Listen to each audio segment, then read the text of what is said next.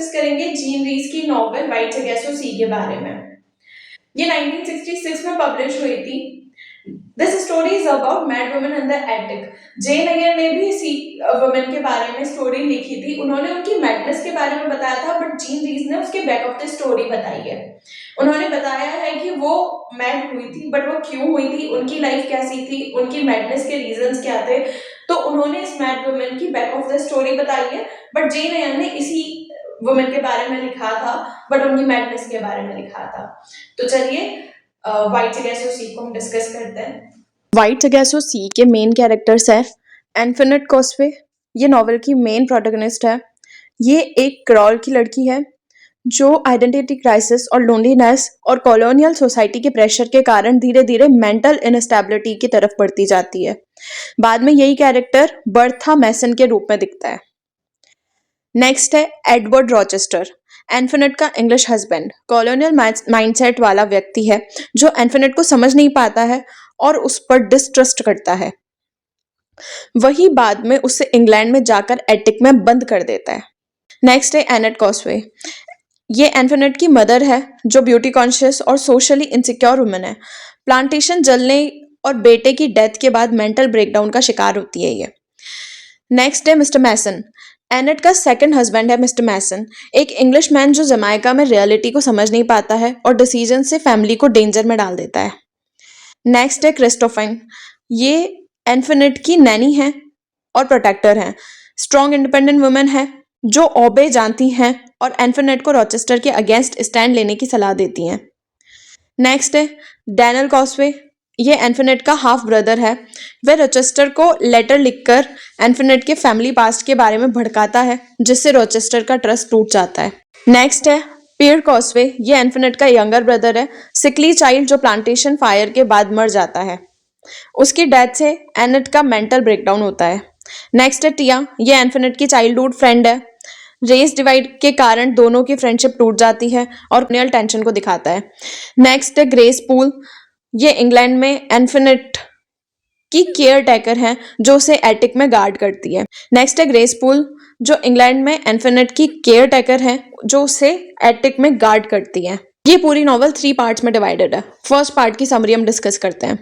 White against सी का part 1 मुख्य रूप से इन्फिनिट कॉस्वे के चाइल्डहुड और उसके परिवार की ट्रेजिक कंडीशन को दिखाता है।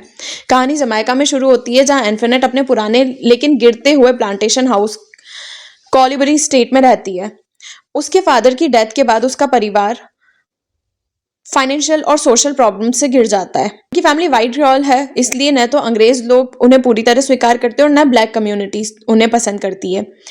इस वजह से इन्फिनिट बचपन से ही आइसोलेशन और इनसिक्योरिटी महसूस करती है।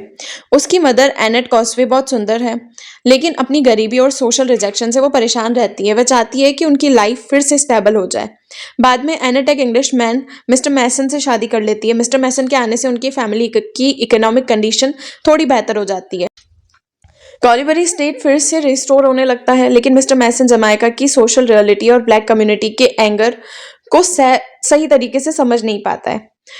उस समय स्लेवरी खत्म हो चुकी थी और प्लांटेशन सिस्टम के कारण ब्लैक पीपल में एनेट को बार बार वार्निंग मिलती थी कि लोग उनसे नाराज हैं और खतरा हो सकता है, लेकिन मिस्टर मैसन इसे सीरियसली नहीं लेता था। इसी दौरान इन्फिनिट का रिलेशनशिप अपनी चाइल्डहुड फ्रेंड टिया के साथ दिखाया जाता है। शुरू में दोनों साथ खेलती थी, लेकिन धीरे धीरे रेशियल टेंशन उनकी फ्रेंडशिप को भी तोड़ देता है। एक इंसिडेंट में टिया इन्फिनिट के साथ बिट्रेल करती है और यह मोमेंट इन्फिनिट को पहली बार यह एहसास करवाता है कि वह किसी भी कम्युनिटी में ट्रूली बिलोंग नहीं करती है। धीरे धीरे कॉलिबरी स्टेट के खिलाफ हॉस्टिलिटी बढ़ती जाती है और एक रात एंग्री मॉब प्लांटेशन हाउस पर हमला कर देता है। घर को आग लगा दी जाती है और पूरा परिवार भागने की कोशिश करता है।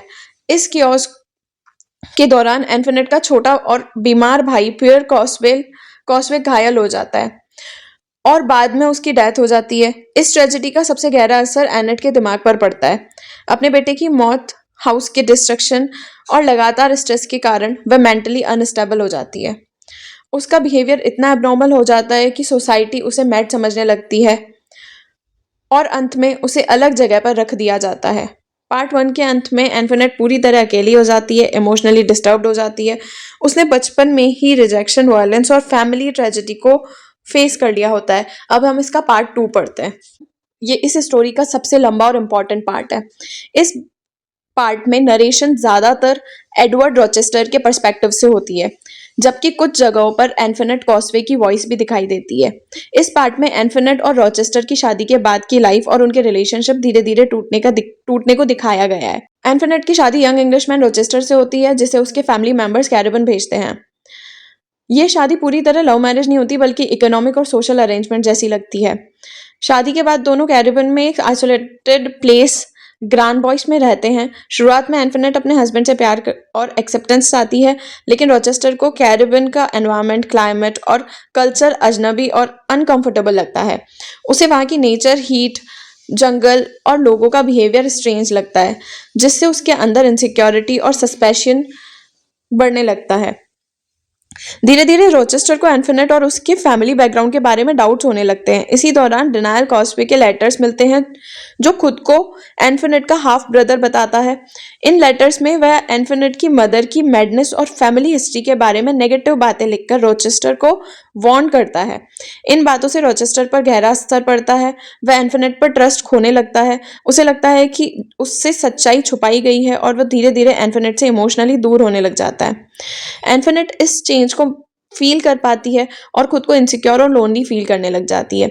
वह चाहती है कि रॉचेस्टर उसे प्यार करे और उसे एक्सेप्ट करे, लेकिन रॉचेस्टर का एटीट्यूड कोल्ड और सस्पेशियस होता जाता है। इसी समय इन्फिनिट की नैनी और प्रोटेक्टर क्रिस्टोफिन उसकी मदद करने की कोशिश करती है। क्रिस्टोफिन एक स्ट्रॉन्ग वुमन है जो ओबे जानती है। ओबे मीन्स होता है, ये कैरिबियन फोक मैजिक होता है। इन्फिनिट की रिक्वेस्ट पर वह एक लव पोशन बनाती है ताकि रोचेस्टर का प्यार वापस आ सके, लेकिन उसका उल्टा असर पड़ता है और रोचेस्टर और भी ज़्यादा डिस्टर्ब्ड और एंग्री हो जाता है। रोचेस्टर का डिस्ट्रस्ट इतना बढ़ जाता है कि इन्फिनिट को कंट्रोल करने लगता है वो, और उसकी आइडेंटिटी तक बदलने की कोशिश करता है। वह इन्फिनिट को उसके नाम से बुलाने के बजाय बर्था कहना स्टार्ट कर देता है, जिससे उसकी इंडिविजुअलिटी और आइडेंटिटी को दबाया जाता है। इसी दौरान रोचेस्टर का रिलेशनशिप एक सर्वेंट गर्ल एमिली के साथ भी बन जाता है, जो इन्फिनिट को इमोशनली और भी हर्ट करता है। इन्फिनिट की लोनलीनेस, फियर और इनसिक्योरिटी इतनी बढ़ जाती है कि उसका मेंटल कंडीशन भी अनस्टेबल होने लग जाता है। इन शॉर्ट, पार्ट 2 के अंत में रोचेस्टर ये डिसीजन लेता है कि इन्फिनिट को कैरिबियन से दूर इंग्लैंड ले जाएगा। अब वह उसे एक इंडिपेंडेंट पर्सन की तरह नहीं, बल्कि एक प्रॉब्लम की तरह देखने लग गया था। इस तरह यह पार्ट कॉलोनियल पावर, मिसट्रस्ट और पैट्रियार्कल कंट्रोल को दिखाता है, जहां रॉचेस्टर धीरे धीरे इन्फिनिट की फ्रीडम, आइडेंटिटी और सैनिटी को डिस्ट्रॉय करता है। आगे चलकर उसे उस mad woman in the attic में बदल देती है, जिसे बाद में जैन एयर ने दिखाया था। अब इसका हम पार्ट 3 डिस्कस करते हैं। ये पार्ट इन्फिनिट कॉसवे के पर्सपेक्टिव से होता है। इस पार्ट में दिखाया गया है कि रॉचेस्टर उसे कैरिबियन में इंग्लैंड ले आता है और उसे एक बड़े लेकिन अजनबी हाउस में बंद कर देता है। ये हाउस वही है जिसे बाद में जेन एयर ने थॉर्नफील्ड हॉल के रूप में दिखाया था। इंग्लैंड पहुंचने के बाद इन्फिनिट पूरी तरह आइसोलेशन में जीने लग जाती है। उसे हाउस के ऊपर रूम या एटिक में रखा जाता है और उसकी देखभाल एक वुमन ग्रेस पूल करती है। ग्रेस पूल का काम इन्फिनिट को गार्ड करना होता है ताकि वह बाहर ना आ जा सके। इन्फिनिट का माइंड अब कंफ्यूज्ड और फ्रेगमेंटेड हो चुका था। उसे अपने पास की बातें, कैरिबियन की मेमोरीज और अपनी आइडेंटिटी सब कुछ धुंधला सा लगता था। कभी कभी उसे यह भी समझ नहीं आता था कि वह कौन है और लोग उसे बर्था क्यों बुलाते हैं। इस पार्ट में इन्फिनिट अपने चाइल्डहुड और कैरिबियन की यादों के बारे में सोचती रहती है। उसे जमाइका की नेचर, सी, फॉरेस्ट और अपने पुराने लाइफ के इमेज याद आते हैं। इंग्लैंड का कोल्ड एनवायरनमेंट और बंद कमरा उसे और भी ज़्यादा सफोकेटिंग लगने लग जाता है। धीरे धीरे उसकी मेंटल स्टेट और अनस्टेबल हो जाती है, लेकिन उसके थॉट में यह भी दिखाई देता है कि वह पूरी तरह इरेशनल नहीं, बल्कि वह अपने साथ कुछ इनजस्टिस और कैप्टिविटी को भी फील करती है। कहानी के एंड में इन्फिनिट एक पावरफुल ड्रीम देखती है। इस ड्रीम में वह हाउस के कॉरिडोर्स में घूमती है और हाथ में कैंडल लेकर चलती है। उसे ऐसा लगता है कि जैसे वह किसी डेस्टिनी की तरफ बढ़ रही है।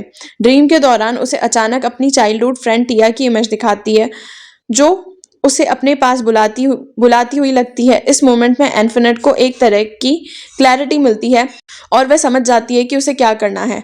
एंड में कैंडल लेकर हाउस में आग लगा देती है। यह एक्शन सिर्फ डिस्ट्रक्शन नहीं, बल्कि उसके ऑपरेशन और कैप्टिविटी के खिलाफ एक फाइनल रिबेलियन था। ये जो इंसिडेंट था वो आगे चलकर जैन एयर की फेमस फायर इंसिडेंट से जुड़ती है।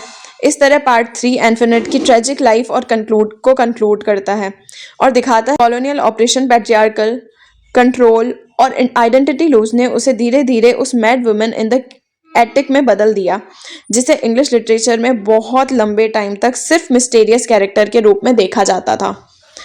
तो यहाँ पे हमारी ये नॉवेल खत्म होती है।